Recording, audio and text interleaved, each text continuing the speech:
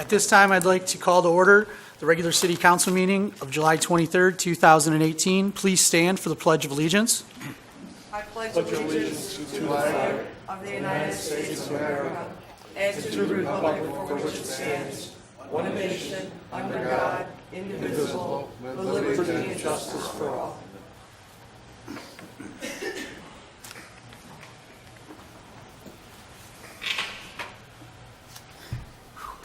Lisa, let the roll call show that Ms. Walton will be absent this evening.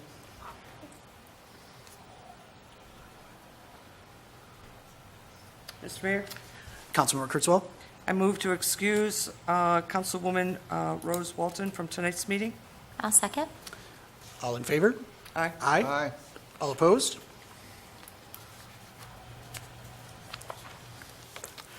We'll move on to the approval of the July 9th, 2018 minutes.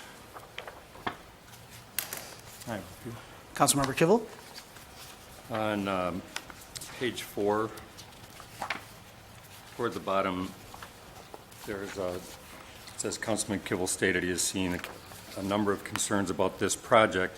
The idea we will turn a blind eye to lot area is what I had said, not lot coverage. Okay. Page 7, for number 3, consider the purchase of the backhoe. Councilman Kivel stated if there is no objection, he will recuse himself. You could add that, please. And on page 8, toward the bottom, it speaks to McCarter, but you have Cotter in here, so the contractor's name was actually McCarter, M-C-C-A-R-T-E-R. All right, that's all I had. Thank you. Councilmember Parisian, go ahead. Thank you, Mr. Mayor. I have one small change on page 1 under bills. Motion to approve the bills. Instead of a D, it should be an S. Oh, yes. Thank you. Councilmember Kurtzwell, go ahead. Thank you, Mr. Mayor. I'm on page 10, and it's at the very bottom, and I was talking about the Oakland County Sheriff Department, and the sentence is the third from the bottom. They are one of the top 10 sheriff's department in the country, not county, country. Thank you. Anyone have anything else for the minutes? I'll move minutes as amended. I'll support. All in favor? Aye. Aye. All opposed? Motion passes. Approval of the bills, which we have none. And now on to the approval of the agenda. Chief Collins, did you have something for us on this? I do, Mr. Mayor. I'd like to remove new business item number 1 so that we can correct some editing errors and also add some additional and more detailed information. I plan to bring that back for the next meeting. Thank you.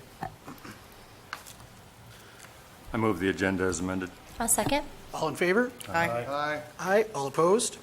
Motion passes. At this point, we will open the floor to public comment. I will quickly read some new rules about the public comment because they've only been in place for 3 meetings or so. The rules of conduct for public comment at council meetings. Members of the public may speak at a council meeting upon recognition by the mayor. Public comment may only occur during periods designated on the agenda for public comment or a public hearing. A person may speak for up to 2 minutes during each of the 2 public comment periods on agenda items or non-agenda items. Waivers of the time requirement may only be granted in the discretion of the mayor, and waivers to speak at a time other than designated comment period may only be granted by the council. Any person wishing to make a presentation longer than 2 minutes or requiring audio-visual equipment is asked to contact the city clerk requesting to appear on a future agenda. As a person may only address council from the podium, only one person may occupy the podium at a time. All remarks are to be directed to the mayor and the council. Speakers are not to engage in direct dialogue with other meeting attendees. Any person who violates the rules of conduct, disturbs the peace at the meeting, and/or interferes with the meeting may be warned, ordered to be seated, removed, and/or ticketed. This summarizes Council Resolution 04-18. Complete rules, including the guidelines for considering waivers, are available in the council chambers and from the city clerk. Thank you. So if anyone would like to come up for public comment at this time, please state your name and address.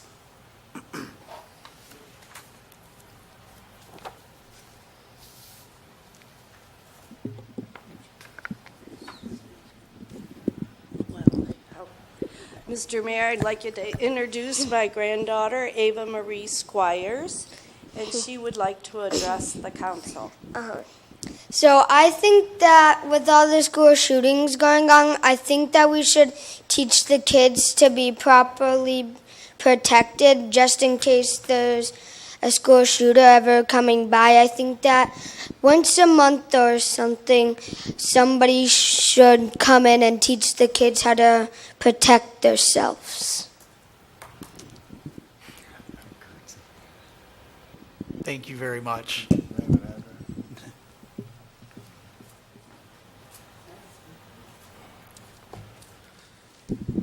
Hello, Mr. Mayor, Council, Chase Turner. You said state the address? Yes. Yes. Yeah, I'm from Northville, so 23120 Woodland Glen, apartment 101. I just want to introduce myself to each and every one of you because I will be on your Republican ticket as a possible choice to be your next state representative. So I think we're all sick and tired of politics as usual, saying one thing and doing another. And I'm here to give you that change. I'm here to give you that conservative change. And you know, we have a lot of problems. Our roads, our auto insurance, through the roof. Even here, there's so many roads that should be paved that aren't, especially with a rapid population growth. And, just like the young lady said here, we have to keep our children safe. And I want to go there and I want to fight and make sure that we can make these things possible. So I'm glad you allowed me to speak here. And thank you for giving me the time for the floor. And thank you to everyone who has attended here. Thank you. Thank you very much. Mr. Mayor, Councilmember Friesian? can I just make a quick comment? Absolutely. What was your name again, and do you have business cards? How can we reach you to learn more about you and spread the word in our community? Yes, I'm Chase Turner, and you can learn about me on our Facebook at you Google Chase Turner. You'll get the website votechaseturner.org, and that'll have all the information that you'd like to find out on me, and so will the Facebook page. All the events that we've been in, all the events and activities that we're doing. We were knocking doors today, Lyon Township, Precinct 4. We're getting a good reception, and we've hit over 5,000 doors, so we're working hard. And you can learn everything about the campaign, both on the website, on the Facebook, and you can follow us on Instagram, or you can just give us a good old-fashioned call. My number is 248-794-0795, so I'm always open to talk. So, Thank you. Best thank of luck, you. Mr. Turner. Thank you. Good evening. Ryan Lair, 716 Grand Court. I'm here tonight to thank all of the Garden Club members that participated in this last garden walk that we had in South Lyon. Thank you, Ms. Kurtzwell, for the wonderful invite. I will be joining the Garden Club as well. Even though I'm the killer of all plants, I decided I'd like to learn a little bit more about tulips and roses, so we might as well get on board with that. So. But I would like to thank everybody that participated. It's a lot of hard work. There's a lot of time and money that goes into it. And I would also like to thank the nice three ladies from Northville that took their time and money to make homemade cookies for all the guests that came out. The lavender cookies were absolutely amazing. Never tasted anything like it. So everybody that came out and saw the garden, you really got a real treat. It was great seeing everybody. Thanks again. Thank you.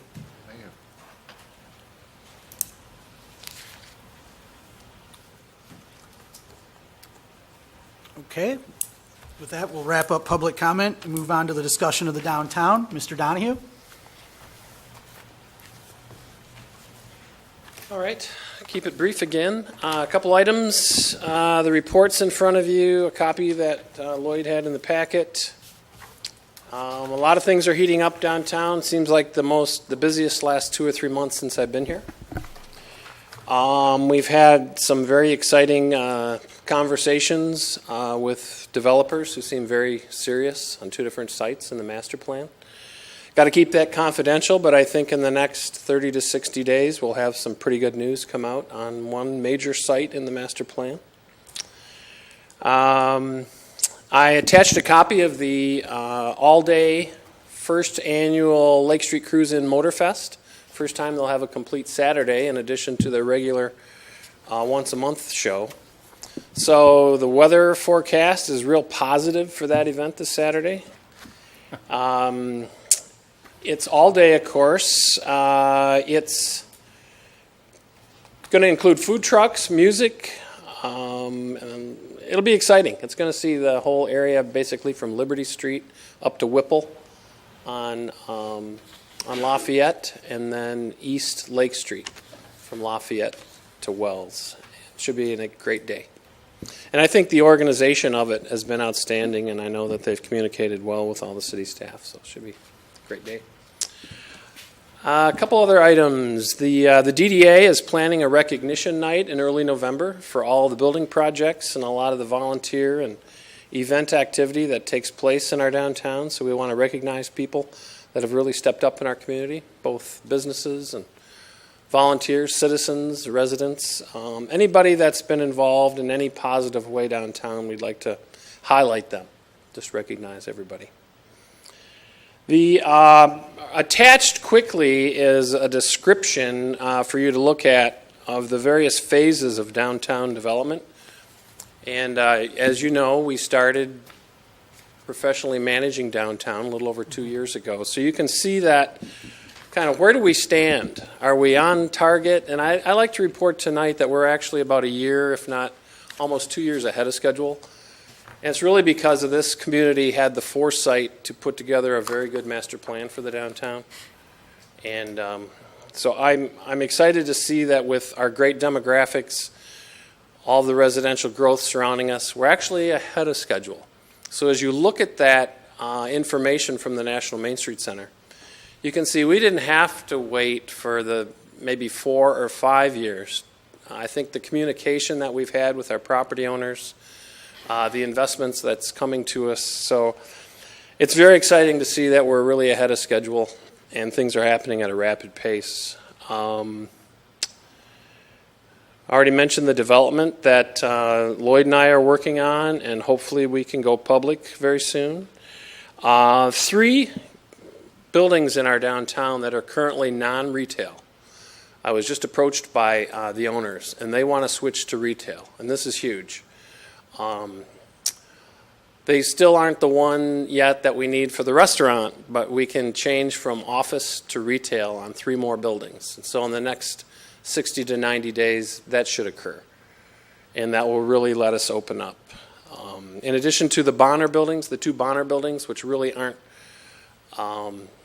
in a condition to be occupied, they are for sale. We'll be reporting on the progress with the property owners to move those and get the improvements done according to our maintenance ordinance.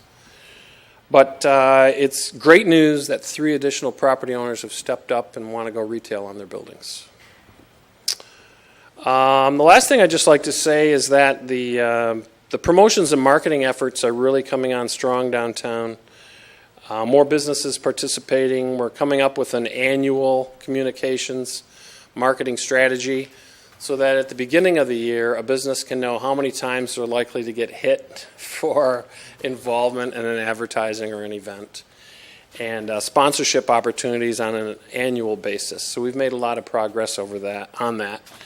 And that's all under the DDA's promotions and marketing efforts. And so my last thank you is to the DDA board for really stepping up and understanding their role.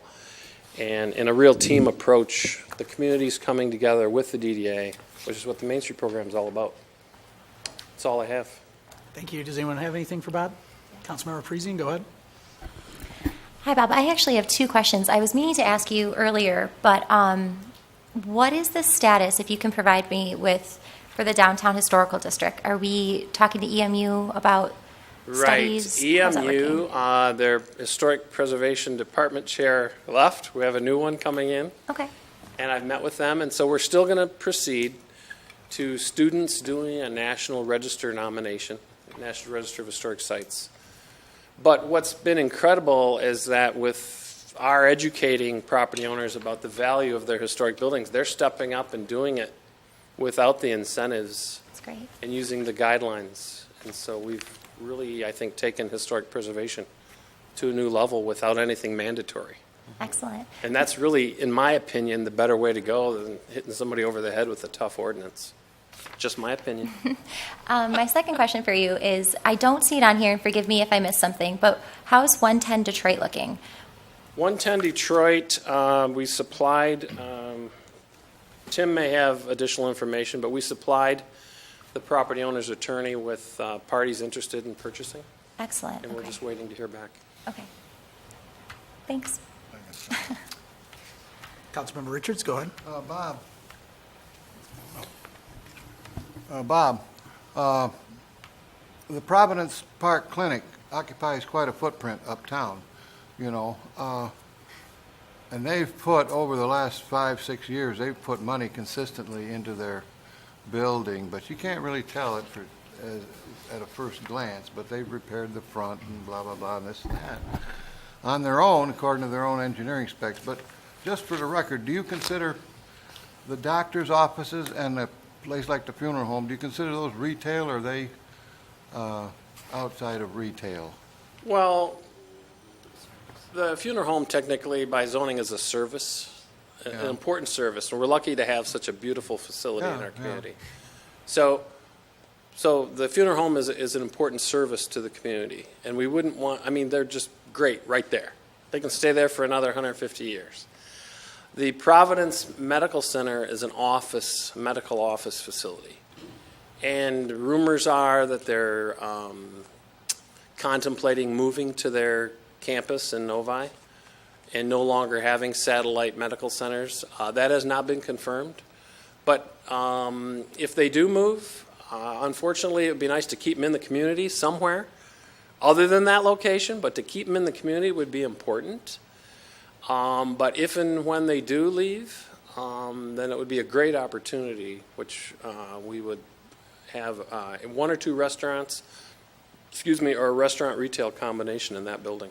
It'd be great. Foresight on your part. Yeah, go ahead. Oh, nope, that's all right.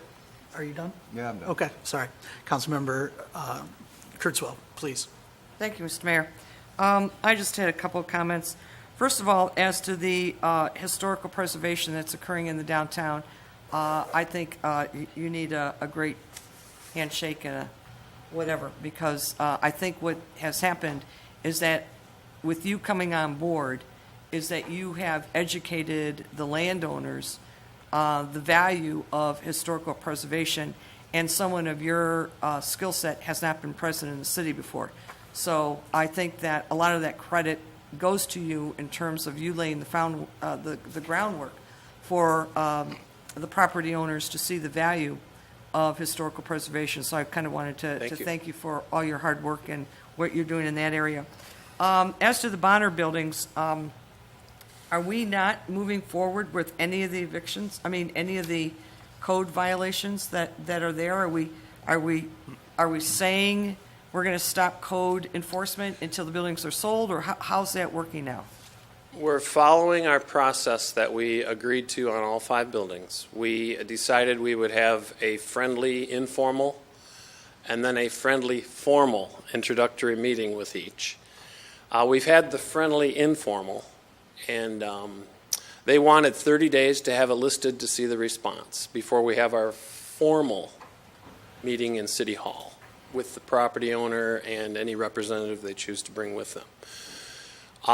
We've talked that it's time to do that very soon, because I can give you some numbers. The green art craft building at 113 North Lafayette. The county's appraisal is approximately $75,000. The private appraisal is about $90,000. It's listed for $250,000, and it needs $300,000 worth of work. Yeah.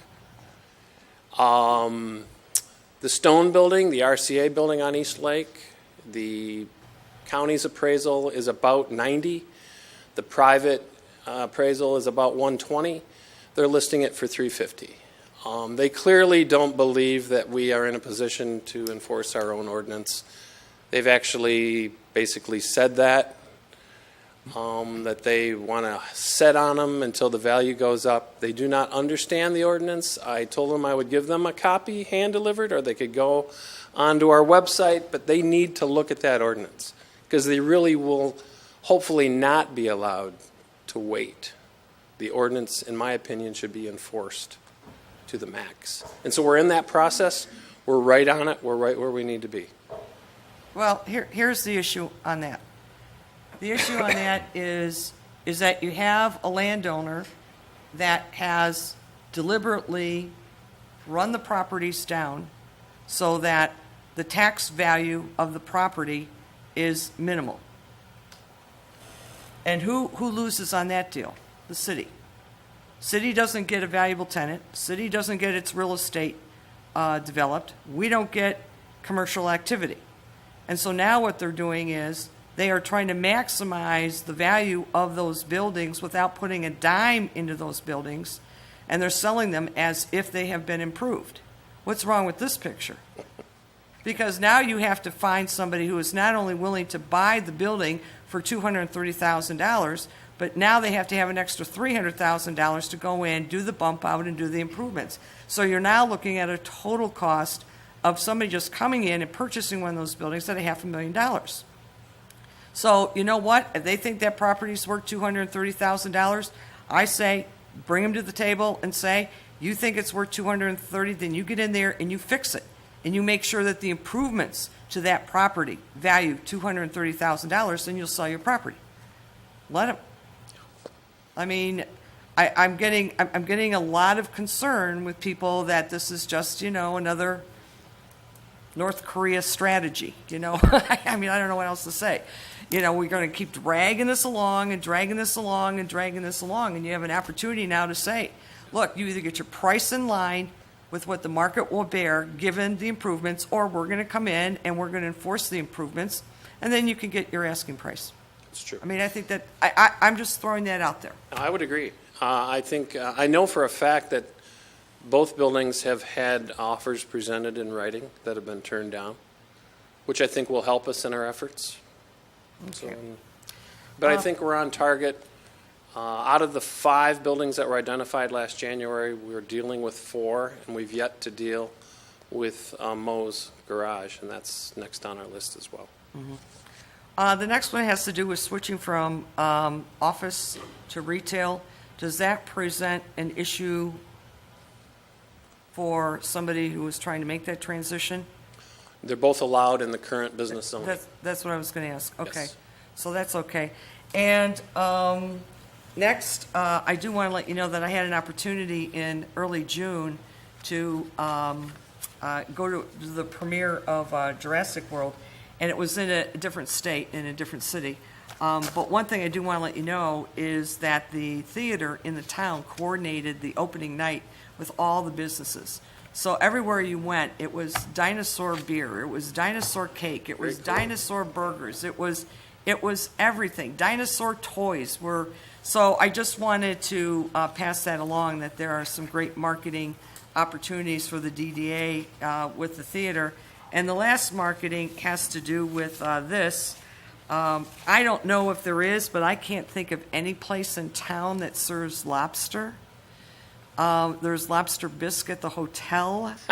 But here is a lobster event that's occurring in Northville, and a couple of people brought that to my attention and said, wouldn't that be great if South Lyon just had a lobster fest as a DDA event, and brought everybody in, closed the streets down, and have an old-fashioned, lobster fest with the main lobsters and the corn and the potatoes, and just have a great lobster opportunity in the fall with everybody. So sounds like a cool idea. And that, apparently that event is highly attended. So there's already a format for success on it. So cool. We got to all come out of our shell, so to speak. yeah. That'd be great. No, I love it. Thank you for your time. Thank you. Councilmember Kivel, go ahead. Just back on Leon's properties, I think you have absolute commitment from everybody that's sitting up here to move to the next step. So I hope that the people will respond accordingly, because we're anxious to see something move forward. And, I mean, we don't want to end up doing it precipitously where we're not prepared to be able to attend to all of our responsibilities, but you guys need to get those ducks in a row and get this thing moving forward. We don't want to wait for them to take action, because that will just drag this thing out substantially longer. Great, thank Thank you. you. We're ready. Thank you. Thanks, Bob. Thank you. Thank you, Bob. With that, we'll move on to old business. This is an agenda item postponed from June 11th of this year. Explanation of the topic: Arcadius, on behalf of BP Products North America, has requested that the city approve a restricted covenant on the 128 South Lafayette property. Council considered this request back in November and requested additional revisions and information and postponed the matter till January. Arcadius provided a revised restrictive covenant, an environmental indemnity agreement, and updated cost estimate. These documents have not been fully reviewed by the city consultants, and on January 8th, the matter postponed to February. The city attorney has recommended that this matter be tabled until additional needed information is available on June 11th, and the matter was postponed till today. Suggested motion is to table the Arcadius request for approval of the restricted covenant. Does anyone have anything to add to that? Mr. Mayor? Wilhelm, or Tim, go ahead. So I have received additional information from ASTI, the city's environmental consultant, that has raised some questions that I need to address behind the scenes, and I will provide council with additional information once I've got it put together in a fashion that will make sense for council. Okay, great. So I would Councilmember- ask that we postpone this matter again. Thank you. Councilmember Kurtzwell, go ahead. I'd like to move to postpone the Arcadis request for approval of the restricted covenant until the first meeting in September. I'll second. Councilmember Kivel, did you have something to add? I do have a comment. I want us to actually get this settled out, though. There's an awful lot of activity with developers that are interested in a number of potential combination properties. I'd like this to be pretty much resolved so that we could actually push this thing forward and act on any request for purchase of that, so. Well, and to give council a little bit of information, that's what ASTI was tasked with, was to take a closer look at the proposed restrictive covenant with an eye toward that parking lot being in the master plan for, identified for redevelopment and being on street frontage on your Lafayette. And so that is part of the bigger picture with respect to what they're doing, and I think it will raise some questions for the council. But I'll put that all together and provide you with additional information. Thank you. Thank you. We had a motion on the floor. Councilmember Kennedy, did you second that? I'll motion? second that, yes. All in favor? Aye. Aye. All opposed? Motion passes. At this point, we'll move on to the budget this evening. Councilmember Kurtzwell, go ahead. Thank you. I have just two items on the budget. I'm going to start renewing my discussions with council regarding retirements and our unfunded pension liability that we have. I also want to bring to council's attention a good article that I found that I thought has a lot of good information in it, and it's about pension spiking. And pension spiking occurs with governmental employees.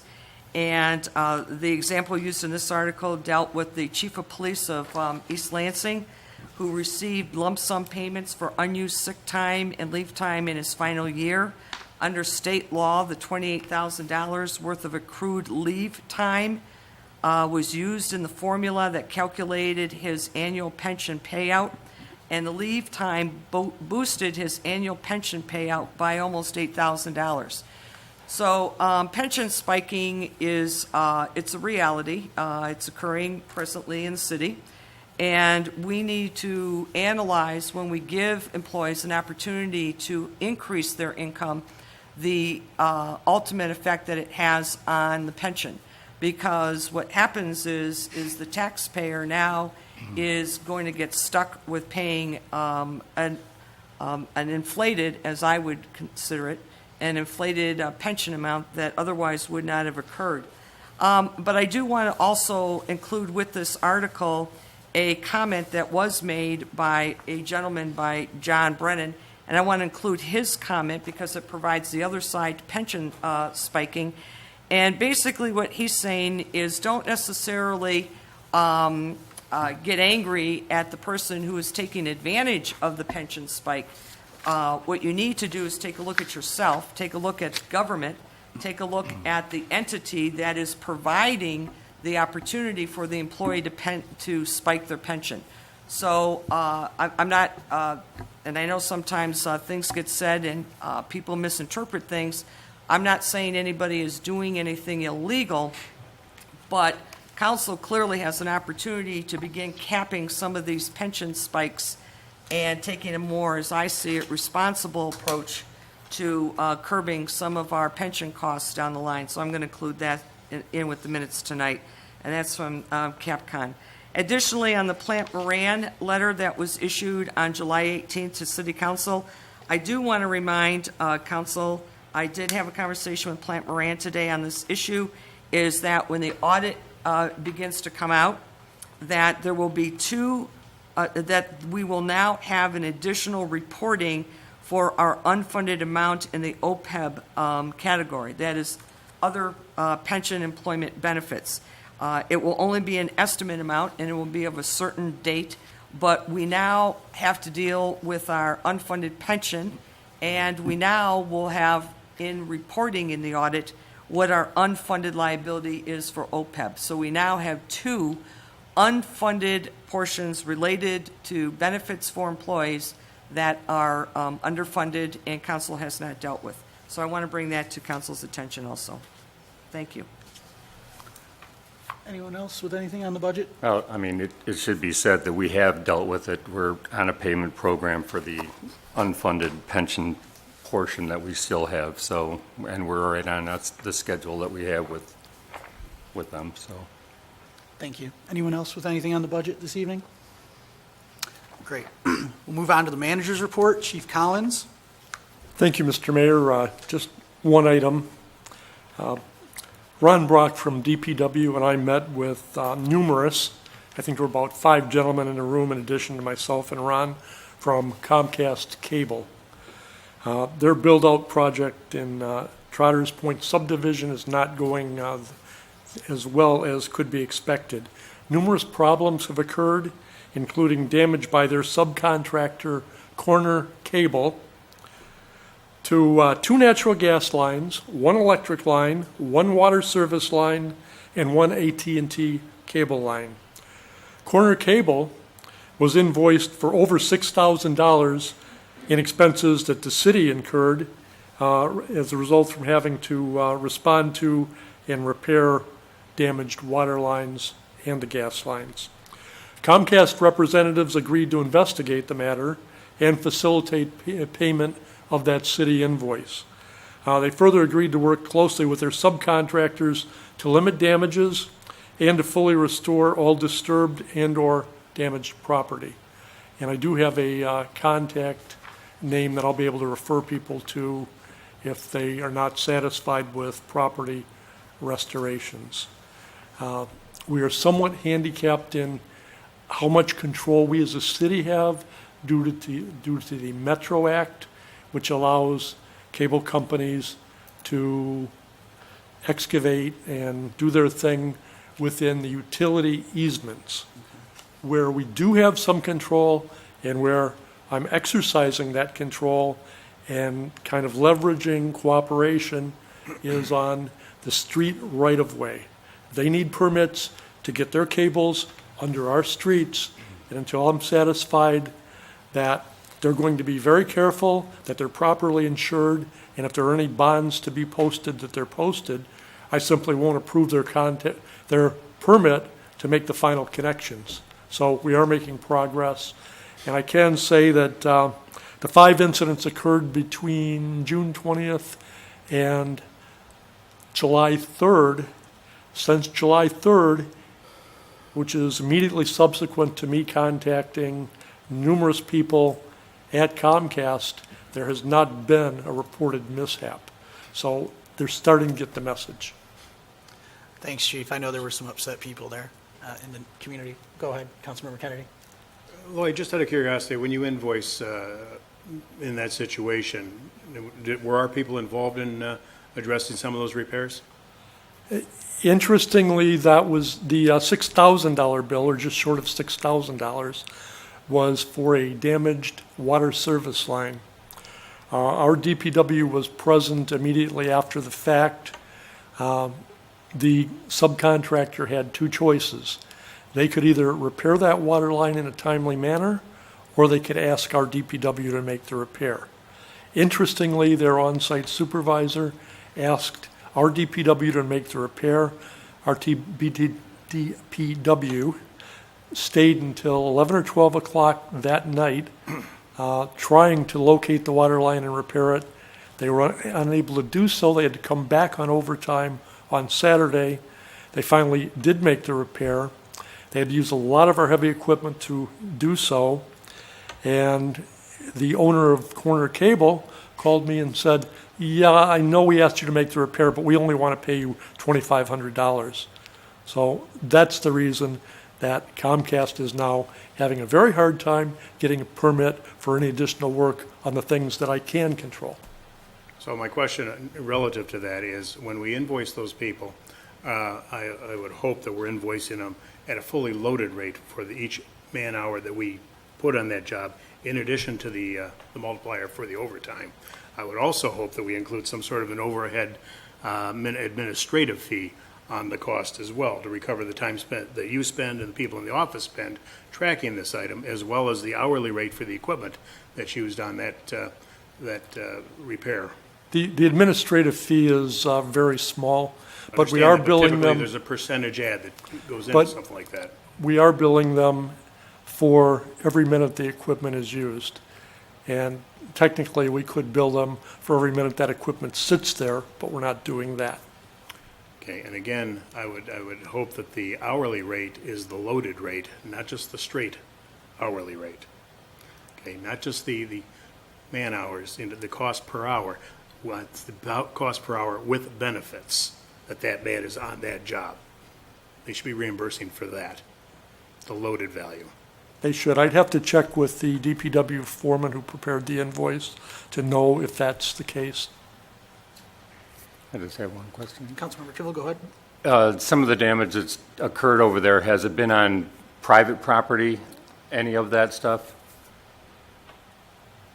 I'm thinking back, I believe it's all been on private property. Okay. However, within the utility easement. Our easements, Which yes, okay. runs approximately 12 feet inboard of the edge of the home edge of the sidewalk. Yeah, okay. The only reason I'm asking, if they have an adorned front yard and that, it might be in their best interest to take photos before Comcast gets in there so that they can actually make them reproduce what they had as far as, landscaping and things. That's a very good suggestion, and it reminds me that I did caution Comcast rather strongly, because they made the statement that they plan to go to Carriage Trace next. Mm-hmm. I let them know that the folks in Carriage Trace were required to post a $10,000 escrow for landscaping before they could even buy a house in Carriage Trace. So they're going to have to be extra careful over there. Yeah, good. Thanks, Chief. Does anyone else have anything? Manager's report? Excellent. Thank you. With that, we'll move on to public comment. At this time, if anyone would like to stand up and speak, state your name and address. Okay. We'll move on to council comments this evening. Councilmember Kurtzwell, go ahead and get us started. Thank you. I do want to add some additional commentary to my last council comment regarding the Oakland County Sheriff and the SRO officer. I again heard another comment about a week ago where an individual, in fact, did hear that police officers in South Lyon were going to lose jobs if Oakland County came in and was the resource officer. So I don't know where they're coming from. It's not. I'm not being paid $100,000 as the chief of police to do this investigation. So I guess you just go out and get the message and tell people it's not true, and just ask that people not repeat it, and understand that if they need to get their facts straight, come to a council meeting and come right up to the microphone and ask us. Also, I do want to clarify that the Oakland County Sheriff for the 9 Mile project is not being completely paid for by the school district. So I want to get that issue resolved. That officer is being paid mostly by the South Lyon Area School District, but once again, Lyon Township is financially assisting in the cost of that SRO officer. So once again, I'd like to thank Lyon Township for their professionalism and their commitment to school safety. And I'd like to thank them for rising above the politics and the tactics related to local tribalism and a rejection of regionalism to solve common problems. I think Lyon Township has got it right when they came to the table and said, how do we solve the problem? How do we not create a problem? Next, I would like to thank everybody who was on the garden walk. It was an absolutely fabulous event. I had a great time. My garden has been on the garden walk a couple of times, and I can tell you the amount of time and money that you put in to get your garden ready for a garden walk is unbelievable. I'd like to thank 2 particular host sites. I'd like to thank Phil and Donna Monroe. I learned so much about gardening from Phil Monroe. You never can learn enough. Phil just gave me some great pointers on hydrangeas. His hydrangeas were absolutely outstanding at that house, absolutely outstanding. And he's in Oak Creek subdivision. Great subdivision over there off of 9 Mile. Just a beautiful garden. And apparently he's very friendly to the neighbors and will help anybody out with a gardening or landscaping project. I'd also like to thank Paula and Tim Guyman. I sat at their house on Lake Street. What an incredible backyard. I could not believe it. It was hard for me to greet visitors at the front because I wanted to keep strolling along in the back and looking at their garden. And Paula, thank you so much for the absolutely incredible plant list that you provided. Everybody is still talking about that plant list, so that was a great thing you put together. Also like to remind everybody, Blues, Brews, and Brats, August 4th. It's going to be a great event. Please come to South Lyon. This is just an absolutely fantastic event. It's going to be packed. We're going to have good weather, and please come and join us for just a great afternoon and evening of some blues. And last, she comes to every meeting. I got to thank her. Judy Keeling. Judy Keeling, we talk about volunteers in the community, and we sit up here and say we want you to volunteer for the city. But we need to understand we have so many volunteers in this city that are doing things that are absolutely incredible. And it's not necessarily for the city. These are the volunteers that are with Kiwanis, that are with the Rotarians, Active Faith, with all the kids that are involved in school programs, extracurricular activities. All the people that are involved in their churches. We have probably more people in the city volunteering than anything. And Judy, I know the project that you're working on. Bless your heart. It's fabulous. And I want to thank you and make sure that you're recognized as a volunteer in the city that is clearly making a difference and improving how our city looks. Thank you so much, Judy Keeling. Thank you. So good night, everyone. Thank you so much for inviting all of us into your home tonight. Have a great week, and we'll see you at the next city council meeting. Thank you. Councilmember Richards, go ahead. Thank you, Mr. Mayor. I've listed a few little things here, and I could have listed some more, but I'm sure you'd rather hear the facts from other people besides me. Number 1, folks, the new sidewalk that we've got out there at the Water's Edge Apartments, absolutely stunning, terrific, close to a football field long. I did not find out in detail whether our DPW or the contractor did that, but I assume it was our DPW that did it. And having rode on that sidewalk many times in the past, and knowing that it's very bumpy and rough when I was living at the old Pond Trail, and a couple of times with a scooter chair, let me tell you, that sidewalk is a miracle out there. To have it that smooth, okay, for that much of a distance, it's an asset. Thank you. I just wanted to mention that. If you get a chance, take a look at it. It's not all done yet. They still got more things to do, but it's going to be wonderful. Okay, Edna, you may not know, but the tube mill has been on their annual repair period, okay? Every year, they shut down 4th of July time and do internal repairs that are overlooked through the course of the year. Okay, well, when they went back to fire up this time, they had a breakdown that was very serious and the whole plant went down. An electrical problem and blew out a huge transformer. And they had to bypass that transformer and put some others online, and quite a bit of work was done across the bike path on the west end of the tube mill. I went and looked at it today. Anyway, it's amazing. And most amazing thing, nobody was hurt. Industrial accidents where holes are blown in solid steel, sometimes people get hurt, and nobody was hurt in this one. Commenting number 3 on the playground equipment that's been installed in McCaddy Park. Seems to be nice, okay. I'm waiting for kids to get used to it, okay. It's only been open, the people aren't coming back just yet, okay. I think they will, but we got to see how it goes, okay. But anyway, it's all installed, and the dead tree was removed safely. That's been there since last year. Okay, our new business in town at the old watering hole uptown at 214 South Lafayette. Good luck. The landscaping they've done around there looks wonderful. And Samantha Smith, the lady that's going to be the proprietor, the lady lawyer going in the office, she's paid for all of that out of her own pocket. I'm letting you all know that. That's done by the tenant. And it all looks very nice. And best of luck to her in the future. There's a whole lot of other things I could comment on, but I think it's best to move on. Thank you very much. Thank you, Councilmember Richards. Councilmember Kennedy?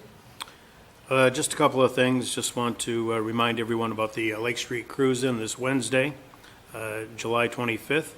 And as Bob Donahue also mentioned, the Lake Street Motorfest on Saturday, July 28th. And just to reemphasize what Councilmember Kurtzwell mentioned about the Blues, Brews, and Brats on Saturday, I'll be there pouring beers for a few hours, so feel free to stop by. And that's everything I have. Thank you. Councilmember Parisian?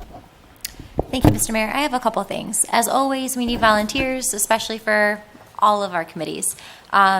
Historical Society, Historical Commission, Planning, DDA, Cultural Arts Commission, and Parks and Rec, Cable Commission. So if you know anybody, spread the word. I know it's exhausting to hear me say that every meeting, but we need people.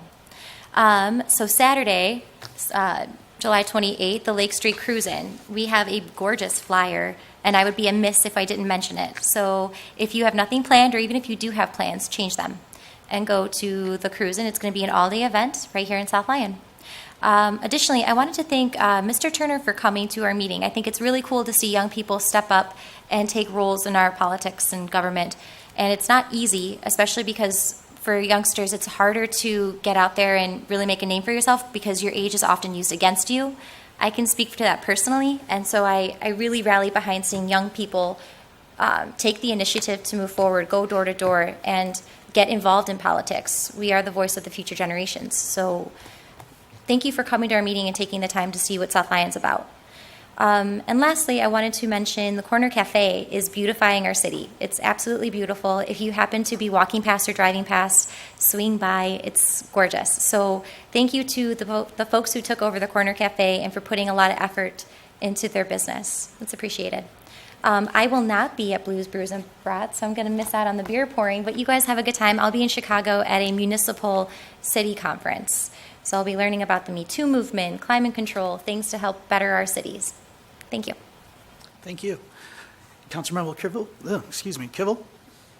Just to piggyback on that Corner Cafe, that really is a terrific place. They're doing a great job there. It's really nice to drive through town in the evening and see that whole patio area full of people sitting there, and Cindy and I, unfortunately, we're taking advantage of their good Guernsey ice cream down there, probably more than we should, but we're really enjoying that. It's really cool to see the extension of the hours in that. I think that that's a really great fit for the downtown, so that's worked out well. Another kudos to the car show this weekend. I'm really looking forward to both of them, the Wednesday and the Saturday show. And there had been some comments made about the lack of grass over on that where that sewer repair had taken place, and I'm sure I felt confident that we had already attended to that, but I called Ron Brock over at DPW and just asked him what the situation was. He had mentioned to me that we've got a contract with Cash Sod Farms, and they're going to hydroseed that, but they were suggesting that we wait until September so it doesn't get torched during this time of year. So I thought that made perfect sense, and I look forward to that getting greened up a little bit. It's, as Carl had mentioned, that sidewalk's real nice, and it'll be even nicer when there's a nice soft green patch around that. So that's pretty much all I had. Thank you, Bill. Great, thank you. Really quickly, obviously, we all know about the car show this weekend. It's going to be a big hit. I'm planning on stopping by for sure. Also, I will be at the American Legion golf outing at Rolling Meadows with all of our good friends from the American Legion on Saturday. So a little bit of a doubleheader, so I'm looking forward to, hopefully if I don't see you at the golf outing, I'll see you guys at the car show. Quickly, I'm glad you guys mentioned the DPW, Carl and Glenn. Since we lost Mr. Bovin here, both Rons, Brock and Beeson, and their employees have done a fantastic job of shouldering the load with, handling, not having, their normal leadership over there. So you are appreciated, you are not forgotten about, and we do thank you. And as soon as we get this city manager thing straightened out, we're going to get you a new DPW manager over there. So thank you for all your hard work. With that, we'll close council comments, and we'll look to do a roll call vote to head into closed session. Mr. Mayor, if I may, real quick. You have two items to go into closed session on.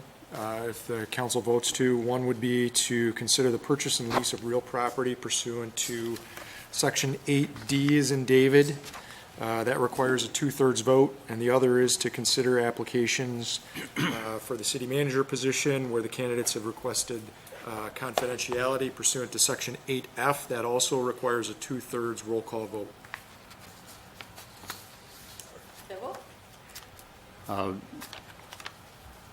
Well, somebody's going to make the motion, I'm assuming. We've treated these separately Okay, so we'll to do make two sure roll that you calls. meet the vote on both. But I will make the motion that we go to closed session pursuant to real property for Section 8D of the Open Meetings Act. I'll second. And now we'll do the roll call. Thanks, Lisa. Kibble? Yes. Parisian? Yes. Kennedy? Yes. Richards? Yes. Kurzweil? No. Yes. Motion passes. Okay.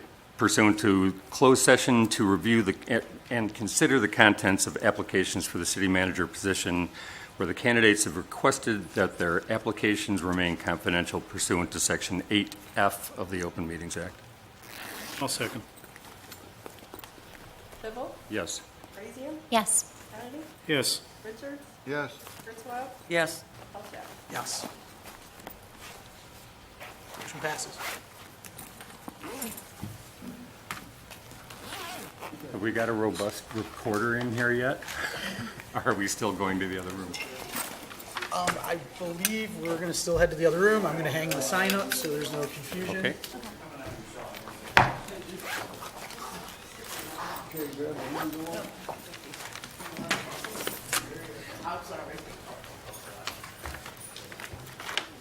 Eight 25, this is one of the shortest council meetings on record.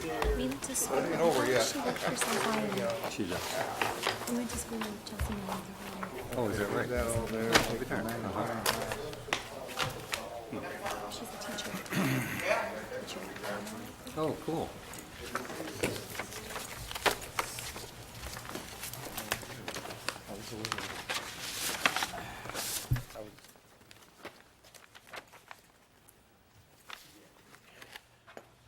sign, Carl? Yeah, I just leave the other stuff there. Take the packet with us.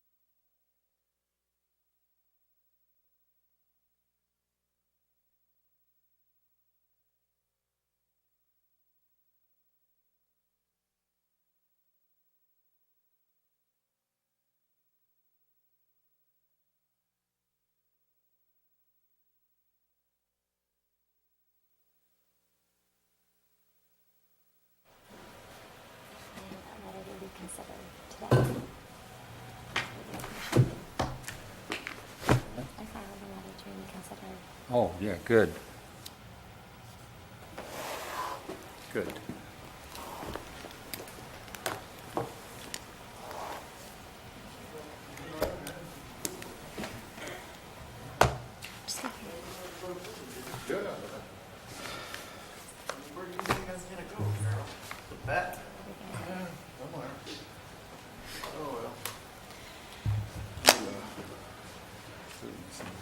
That's the mark.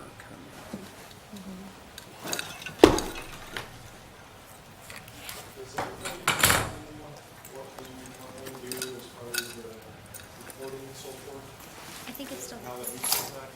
So, yes. Dan, you should know I can check on that quickly, but the reason we put the sign up is so it doesn't end up being two different files and stuff. I believe the young man's still here, but I'll go check. Thanks, Dan. Okay. I laughed so hard when you were like, Aunt Pearson was wearing shoes, I think. I was like, what would make you think he wasn't wearing shoes?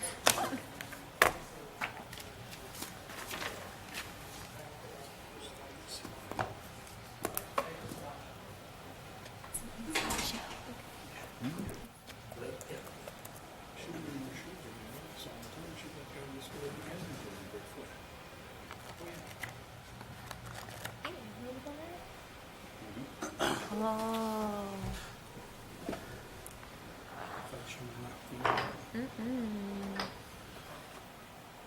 Interesting. So do we need to make a motion to come back? Go back on the record, yeah. I didn't know that. I feel like you. Yes, you've typically made a motion to go back into open session, and then you can address whatever business items you need to. I'll make the motion. We go back into or open session. I'll second. All in favor? Aye. Aye. All opposed? I'll make the motion that we direct Attorney Wilhelm to take actions consistent with the discussion that we had prior in closed session. I'll second that. All in favor? Aye. Aye. Aye. All opposed? Have Motion a passes. motion? Miss Councilmember Kurtzwell, please. I move to schedule interviews for the position of the City of South Lyon manager with respect to candidates number 1, number 3, number 4, number 5, and number 7 for a tentative date of either Monday, July 30th or Tuesday, July 31st at 4:00 p.m., dependent on City Council's schedule. I'll second that. All in favor? Aye. Aye. All opposed? Motion passes. Move to adjourn. I'll second. All in favor? Aye. Aye. Have a great night, all. Thanks.